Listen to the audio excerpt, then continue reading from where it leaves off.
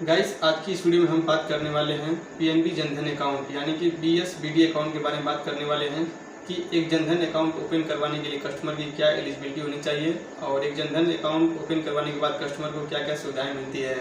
जैसे कि कस्टमर के खाते से एसएमएस चार्ज कटेंगे कि नहीं कटेंगे, और एटीएम चार्ज करते हैं कि नहीं करते हैं, और डीबीटी एंड पीसीआई की सुविधा मिलेगी कि नहीं मिलेगी आपको अपने जनधन अकाउंट पे, और साथ में नॉमिनेशन जरूरी होता है कि नहीं जरूरी होता है एक जनधन अकाउंट पे, और आप कैश डिपॉजिट कितना कर पाएंगे, कैश विड्रॉ कितना कर पाएंगे आदि, इन सब की जानकारी आपको आज की इस वीडियो में मिलने वाली है। तो चलिए शुरू करते हैं आज की इस वीडियो को। वीडियो कंप्लीट वॉच करिएगा, आपके लिए बहुत ही नॉलेजेबल होने वाली है। तो चलिए शुरू करते हैं आज की इस वीडियो को। गाइस, सबसे पहले बात करते हैं बीएसबीडी अकाउंट की एलिजिबिलिटी के बारे में।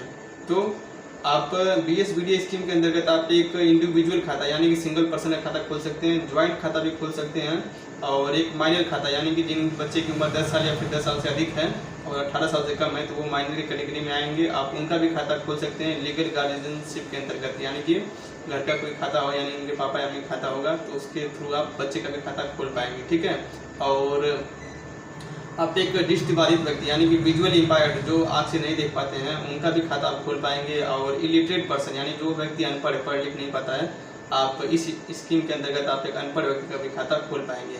तो ये कुछ एलिजिबिलिटी थी बीएसबीडी अकाउंट की। गाइस, अब बात करते हैं नॉमिनेशन के बारे में। आप एक बीएसबीडी अकाउंट पर नॉमिनेशन की सुविधा ले सकते हैं यानी कि आप अपने खाते में नॉमिनी ऐड करवा सकते हैं। ठीक है गाइस, अब बात करते हैं चार्जेस के बारे में कि यदि आप एक जनधन अकाउंट ओपन करवाते हैं तो आपको कौन कौन से चार्ज देने हैं। तो सबसे पहले बात करते हैं अपने पहले चार्ज के बारे में, क्यूएबी चार्ज यानी कि क्वार्टरली एवरेज बैलेंस चार्ज, जो कि बहुत ही खतरनाक चार्ज है जो जनरल अकाउंट में बहुत तेजी से लगता है। ठीक है, तो आपको एक जनधन अकाउंट पे क्यूएबी चार्ज यानी कि क्वार्टरली एवरेज बैलेंस चार्ज आपको नहीं देना है, यानी कि आपको अपने खाते में कोई भी चार्ज मेंटेन करने की जरूरत नहीं है। अगर आपके खाते में 0 रुपये है तब भी आपको कोई चार्ज नहीं काटा जाएगा, और 100 रुपये है तो भी आपको कोई चार्ज नहीं काटा जाएगा। इट मीन्स आपके खाते में आपको बैलेंस मेंटेन करने की जरूरत है ही नहीं। इस एसबीबीडी अकाउंट में सबसे अच्छी सुविधा यही है कि अगर आप एक जनधन अकाउंट ओपन करवाते हैं तो आपको कोई चार्ज अपने खाते में नहीं होता है कि आपको 1000 रखना है, 2000 रखना है, ऐसा कुछ भी नहीं। आप अपने खाते में 0 रुपया रखेंगे तभी आपको कोई चार्ज नहीं कटेगा। ठीक है, और ये सबसे अच्छी फैसिलिटी है जनधन अकाउंट की। ठीक है, अब बात करते हैं अपने नेक्स्ट चार्जेस के बारे में। जैसे एसएमएस चार्ज हो गया, तो आपको एक जनधन अकाउंट में एसएमएस चार्ज भी नहीं देना है, यानी कि ईयरली आपका कोई भी एसएमएस चार्ज नहीं कटेगा जनधन अकाउंट पे। ठीक है, और नेक्स्ट है एटीएम चार्ज। तो आपका एटीएम चार्ज भी कुछ भी नहीं कटेगा। 1 रुपये जो बोलते हैं ना, 1 रुपये आपका जो है ना एटीएम चार्ज भी नहीं कटेगा। बस कंडीशंस है उसको आप फॉलो करेंगे तो आपका एटीएम चार्ज भी नहीं कटेगा। ठीक है, जो ईयरली चार्ज करता है ना, आप यूज करें चाहे ना करें, अगर नॉर्मल अकाउंट आपके पास है, अगर आप एटीएम नहीं भी यूज करेंगे चाहे यूज करिए तो भी आपका चार्ज कटने ही कटने हैं। तो अगर आपके पास एक जनधन अकाउंट है जिसमें आप प्रयोग करिए चाहे मत प्रयोग करिए, एटीएम को कोई चार्ज नहीं कटेगा, यानी कि आपका जो एटीएम चार्ज वो भी 0 रहेगा, एसएमएस चार्ज भी 0 रहेगा, और क्यूएबी क्वार्टरली एवरेज बैलेंस चार्ज जो है ये भी 0 रहने वाला है। ठीक है, तो जो आपके जनधन अकाउंट पे चार्ज की बात की जाए तो एक तरीके से देखा जाए तो कोई भी चार्ज आपका नहीं लगने वाला है, 0, बिल्कुल 0। इसीलिए तो इसे 0 खाता बोला जाता है, यानी जनधन अकाउंट 0 खाता। ठीक है, आप समझ गए होंगे। तो गाइस, अब बात करते हैं डीबीटी एंड पीसीआई के बारे में कि यदि आप एक जनधन अकाउंट ओपन करवाते हैं तो क्या आपको डीबीटी एंड पीसीआई की सुविधा मिलेगी।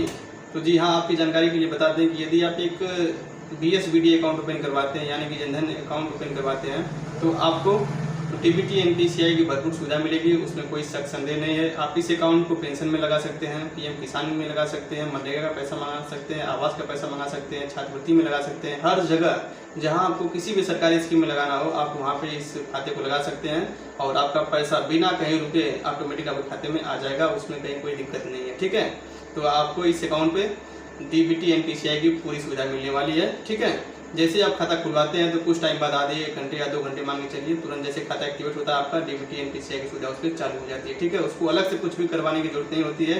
ऐसा नहीं है कि खाता खुलवाने के बाद आपको बैंक में दोबारा से जाना है डीबीटी एंड पीसीआई लिंक कराने, ऐसा कुछ भी नहीं कराना होता है। अगर आप एक नया जनधन खाता ओपन करवाते हैं तो आपको डीबीटी एंड पीसीआई की जो सुविधा है ऑटोमेटिक उस पर चालू हो जाती है। ठीक है, तो गाइस, अब बात करते हैं कैश डिपॉजिट और कैश विड्रॉ के बारे में कि आप ब्रांच लेवल से कितना पैसा जमा और निकासी कर पाएंगे, और सीएसपी आउटलेट से कितना पैसा जमा और निकासी कर पाएंगे। ठीक है, तो अगर सबसे पहले बात करते हैं ब्रांच लेवल पे, तो अगर आपके खाते में देखिए दोस्त पैन कार्ड लगा है तब तो आप अपने खाते में 50,000 से ऊपर के अमाउंट जमा कर पाएंगे। जैसे 1 लाख हो गया, 2 लाख, 3 लाख, जो भी आपके पास है वो आप जमा कर पाएंगे। अगर आपके खाते में पैन कार्ड नहीं लगा है तो आप केवल 50,000 पर डे कर पाएंगे। ठीक है, ये तो जमा के बारे में हो गया। अब बात करते हैं निकासी के बारे में, कितना पैसा आप विड्रॉल कर पाएंगे विड्रॉल स्लिप से। तो अगर आप ब्रांच में जाते हैं तो वहाँ पे आप विड्रॉल स्लिप से पर डे आप 50,000 निकाल सकते हैं। ऐसा नहीं है कि 10,000 20,000 कोई लिमिट है। जो नॉर्मल अकाउंट का होता है लिमिट, वही आपका SBBD अकाउंट का भी लिमिट होता है कि आप पर डे 50,000 आप विड्रॉल स्लिप से निकाल पाएंगे। ठीक है, अब बात करते हैं CSP आउटलेट से। आप CSP आउटलेट से कितना पैसा जमा निकासी कर पाएंगे। तो CSP पे क्या होता है कि आधार बेस्ड पेमेंट होता है। आधार APS सिस्टम होता है, आधार इनेबल पेमेंट सिस्टम। ठीक है, आधार के थ्रू आप अंगूठा लगा के पैसा निकालेंगे तो पर डे आप आधार से आप 10,000 निकाल पाएंगे। ठीक है, और कैश डिपॉजिट की बात की जाए तो कैश डिपॉजिट आप आधार बेस 25,000 कर पाएंगे, और थर्ड पार्टी डिपॉजिट एक होता है तो उसमें भी आप 25,000 कर पाएंगे। और इस तरीके से अगर आप फंड ट्रांसफर करना चाहें, CSP आउटलेट से बात कर रहे हैं, तो अगर CSP आउटलेट से आप अगर फंड ट्रांसफर करना चाहें तो PNB टू PNB 25,000 कर पाएंगे आपके जनधन खाते से। और अदर कोई बैंक है, जैसे मान के चलिए मेरा PNB और मुझे ट्रांसफर करना है दूसरे खाते में, UBI में या किसी दूसरे और अकाउंट में, तो मैं अपने खाते से आधार बेसिक ट्रांसफर दूसरे कस्टमर के खाते में 10,000 कर पाऊंगा। अगर वो कस्टमर PNB का है तब मैं 25 कर पाऊंगा एक दिन में। तो ये लिमिट है फंड ट्रांसफर की। ठीक है, और ATM की बात की जाए तो आप ATM से पर डे नॉर्मल अकाउंट की तरह ही इसमें भी 25,000 का कर पाएंगे, कोई ज़्यादा डिफरेंस नहीं है। ठीक है, तो ये कुछ कैश डिपॉजिट और कैश विड्रॉल के बारे में जानकारी थी जिसको आपको तो याद रखनी है। ठीक है, तो गाइस अब बात करते हैं BSBD अकाउंट में चेकबुक के बारे में। क्या आपको चेकबुक की सुविधा मिलेगी? तो जी हाँ, आपकी जानकारी ये बता दें, अगर आप एक जनधन अकाउंट ओपन करवाते हैं तो आपको चेकबुक की भी सुविधा मिलेगी। बशर्ते जब आप अकाउंट ओपन करवाएंगे तो आपको ATM तो बाई पोस्ट आता है, चेकबुक नहीं मिलेगा इसमें। अगर आपको चेकबुक का सुविधा लेना है तो आपको इसके लिए बैंक में जाना पड़ेगा, और बैंक में जाके ब्रांच में आप अपने एक एप्लीकेशन देंगे कि सर हमें 20 पन्ने 50 पन्ने जितना भी आपको रिक्वायर है उसके अकॉर्डिंग आप एक एप्लीकेशन देंगे बैंक में कि हमें इतने पन्ने की चेकबुक चाहिए। तो जो चेकबुक होती है वो बाई पोस्ट है, यानी कि डाक द्वारा आपके घर पे 10 से 12 दिन में डिलीवर हो जाती है, और उसके बाद आप चेकबुक का प्रयोग कर पाएंगे पैसे निकालने में, या फिर अगर फंड ट्रांसफर किसी को करना है लंबा अमाउंट, या फिर आपको लंबा अमाउंट बैंक से निकालना है तो आप चेकबुक के माध्यम से निकाल पाएंगे। ठीक है, बशर्ते आपको बस ध्यान ये रखना है कि आपको अपने खाते में पैन कार्ड को लिंक करवा के रखना है। ठीक है, पैन कार्ड देखिए बैंक के मामले में पैन कार्ड बहुत ही जरूरी डॉक्यूमेंट है। अगर आपको लंबा पैसा इधर उधर करना है तो पैन कार्ड आपके खाते में लगा होना चाहिए, इस बात की आपको जानकारी होनी चाहिए। ठीक है ना, तो आप चेकबुक का भी प्रयोग अपने जनधन खाते में कर पाएंगे। ऐसा नहीं है कि आप इस खाते में जनधन मतलब कि चेकबुक का प्रयोग नहीं कर पाएंगे। ठीक है, अब बात करते हैं APS लिमिट के बारे में कि अगर आपके पास एक जनधन अकाउंट है तो क्या APS लिमिट रहने वाली है। तो दोस्त अगर जहां से आप अपना खाता खुलवाते हैं, जिस भी CSP आउटलेट से आप PNB के खाता खुलवाते हैं, तो वहां से आप 30 दिन महीने के 10,000 रुपये विड्रॉ कर सकते हैं और 25,000 जमा कर सकते हैं। इसके लिए बैंक आपसे कोई भी चार्ज नहीं काटेगा। ऐसा नहीं है कि अगर आप 4 बार से ज़्यादा पैसा निकालते तो कोई आपसे चार्ज काटा जाएगा। जनधन अकाउंट की यही खासियत है कि आपने जहाँ से खाता खुलवाया, अगर वहाँ से आप ट्रांजेक्शन डेली करते हैं या महीने में मैक्सिमम ट्रांजेक्शन वहीं से करते हैं, तो आपके खाते से एक भी रुपये जो डेबिट किया जाता है ना, एक भी रुपये चार्ज नहीं काटा जाएगा। यानी कि आप 30 दिन 10,000 रुपये निकाल सकते हैं और 25,000 रुपये अपने खाते में CSP आउटलेट से जमा कर सकते हैं। इसके लिए आपको कोई भी चार्ज नहीं देना है। तो ये APS लिमिट थी जिसको आपको समझ लेना है। ठीक है, बात करते हैं सबसे अपने लेटेस्ट जो कि अभी चर्चा में है, UPI और ATM लिमिट क्या है PNB में। तो दोस्त आपकी जानकारी के लिए बता दें, पहले ऐसा कुछ भी लिमिट नहीं था एक जनधन खाते में, लेकिन अभी जब से 2024 में जुलाई मंथ से ही लिमिट लगा दिया गया है कि आप एक जनधन अकाउंट पे मात्र केवल बस 2 लाख का ही ट्रांजेक्शन कर पाएंगे। UPI और ATM और ऑनलाइन गेटवे अगर आप यूज करते हैं इंटरनेट बैंकिंग वगैरह, तो वहाँ से केवल आप 2 लाख का ही पेमेंट कर पाएंगे। ये एक थोड़ी सी बैड न्यूज है जनधन अकाउंट की। पहले ऐसा कुछ भी नहीं था, पहले तो अनलिमिटेड था, जैसे नॉर्मल अकाउंट होता है वैसे ही था। लेकिन अभी जब से जुलाई मंथ आया है तब से लिमिट लगा दी गई है कि अगर आपके पास जनधन अकाउंट है तो आप केवल ATM हो, चाहे UPI हो, चाहे आप इंटरनेट बैंकिंग हो, इन सभी के थ्रू मिला के केवल 2 लाख का ही मतलब आप ट्रांजेक्शन कर पाएंगे। और UPI में मतलब कि देखिए पैसा आने को आएगा, लेकिन जो आप भेजने वाली जो लिमिट है वो 2 लाख लगाई गई है कि आप 2 लाख से ज़्यादा भेज नहीं पाएंगे। अमाउंट आपका आएगा लेकिन जाएगा नहीं, जब आप भेजेंगे तो कुछ ना कुछ उसमें एरर दिखा देगा। तो ये एक थोड़ी सी जनधन अकाउंट की अभी सी कुछ मान लीजिए कमी समझ के चलिए, ये थोड़ी सी मतलब कमी है। अगर जो ज़्यादा यूज कर रहा है तो उसके लिए थोड़ा सा दिक्कत होगा।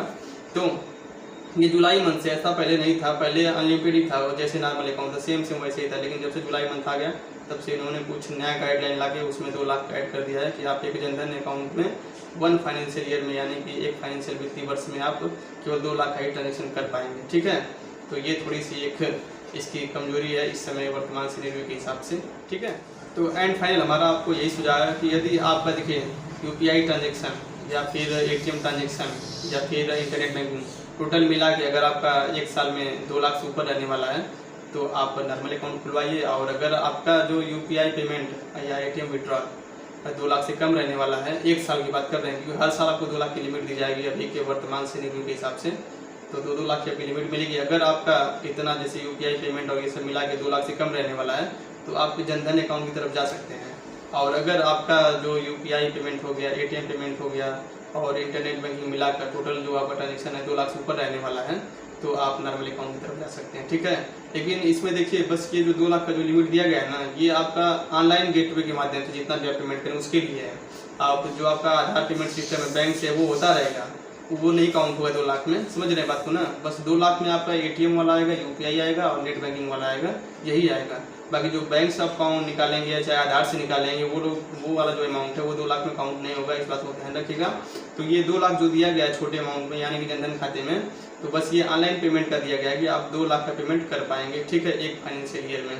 तो आप अपने प्रयोग के हिसाब से खाते ओपन करवा सकते हैं। तो हमारा सुझाव आपको यही है कि पहले आप एक जनधन अकाउंट ओपन करवाइए और इसको चलाते रहिए। जब आपकी लिमिट देखिए पूरा हो जा रही है 2 लाख की, जैसे बहुत लोग ज़्यादा यूज करते हैं यूपीआई, बहुत लोग कम करते हैं, तो अगर आप ज़्यादा यूज करेंगे तो आपकी जब लिमिट पूरा हो जाएगी तो आप उसी खाते को जाके बैंक से मॉडिफाई करवा सकते हैं। वो बस 2 मिनट का काम है, बैंक से नॉर्मली हो जाता है, कुछ करना नहीं होता है। तो हमारा आपको यही सुझाव है। आज के दौर में क्या हो रहा है कि यूपीआई चल रहा है और सभी लोग क्या कर रहे हैं कि 1 रुपये का पेमेंट फोन से मार दे रहे हैं और खाते में किसी में 1 रुपये, किसी में 80 पैसे, किसी में 2 रुपये, किसी में 10 पैसे हैं। तो वो लोग पैसे मेंटेन नहीं कर पा रहे हैं। और जब बैंक से जब क्यूबी चार्ज कट रहा है ना, क्वार्टरली एवरेज बैलेंस चार्ज, वो लोग समझ भी नहीं पा रहे हैं कितना चार्ज क्यों कट रहा है, अपनी गलती को ध्यान नहीं दे रहे हैं लोग। पैसा कोई नहीं रख रहा आज के दौर में, सभी लोग जीरो बैलेंस खाता कर दे रहे हैं नॉर्मल अकाउंट को, जबकि नॉर्मल अकाउंट में जो सिनेरियो वर्तमान सिनेरियो है उसके हिसाब से आपको 2000 रखने ही रखने खाते में। तो कोई भी जो नहीं मेंटेन कर रहा है उसके चार्ज क्यूबी चार्ज बहुत तेजी से कटते हैं, 177 तुरंत कटते हैं चार्ज, तो उसको समझ में भी नहीं आता है। तो हमारा सुझाव आपको यही है कि सबसे पहले आप एक जनधन अकाउंट खुलवाइए। देखिए फ्री तो टोटल इसमें है, लेकिन फ्री है तो थोड़ा सा कष्ट होगा ही, तो उस कष्ट को थोड़ा सा आप झेल जाइएगा, आपका काम हो जाएगा, ठीक है। अगर आप 2 लाख से ज़्यादा अगर पेमेंट नहीं करते हैं फाइनेंशियल ईयर में तो आपके लिए ये अकाउंट बहुत ही बेस्ट है, क्योंकि आपका 1 रुपये जो चार्ज होता है ना नहीं कटेगा। और अगर आप अकाउंट यूज कर रहे होंगे कोई भी बैंक का तो आप देख रहे इतना ज़्यादा चार्ज कट रहा है कि कस्टमर परेशान है कि ये चार्ज क्यों कट गया, वो चार्ज क्यों कट गया। तो अगर आप एक जनधन अकाउंट चलाते हैं तो आपका कोई भी चार्ज नहीं कटने वाला है, ठीक है। तो ये हमारा आपको एक सुझाव था, तो आप अपने प्रयोग के हिसाब से अकाउंट को ओपन करवा। तो गाइस आज की इस वीडियो में हमने आपको जनधन अकाउंट के बारे में कंप्लीट जानकारी दी। और अगर फिर भी कुछ चीज़ें आपको न समझ में आई हो, कहीं कोई कन्फ्यूजन शक संदेह रह गया हो, तो आप कमेंट बॉक्स में हमसे कमेंट कर सकते हैं, अपने सवालों को पूछ सकते हैं। और वीडियो के डिस्क्रिप्शन में हमारा यूट्यूब का लिंक दिया गया, टेलीग्राम का लिंक दिया गया, आप वहाँ से भी ज्वाइन करके अपनी समस्याओं को शेयर कर सकते हैं। वहाँ पे हमारे बहुत से साथी जुड़े हुए हैं जो आपके सवालों का जवाब दे देंगे, ठीक है। और वीडियो अच्छी लग रही हो तो वीडियो को लाइक और शेयर कर दीजिएगा। और वीडियो को पहली बार भी देख रहे हैं तो प्लीज़ यार चैनल को सब्सक्राइब करके एक छोटा सा मोटिवेशन हमें दे दीजिएगा, ताकि हम अगली वीडियो जल्दी लेकर आएँ, ठीक है। और वीडियो अच्छी लग रही है तो अपने सारे दोस्तों में शेयर कर दीजिएगा, ठीक है, क्योंकि जनधन अकाउंट के बारे में इतना डिटेल में कोई नहीं बताया जितना डिटेल में हमने आपको बताया है। तो दोस्त मिलते हैं अगली वीडियो में, तब तक के लिए धन्यवाद, अपना ख्याल रखिएगा, थैंक यू, बाय बाय।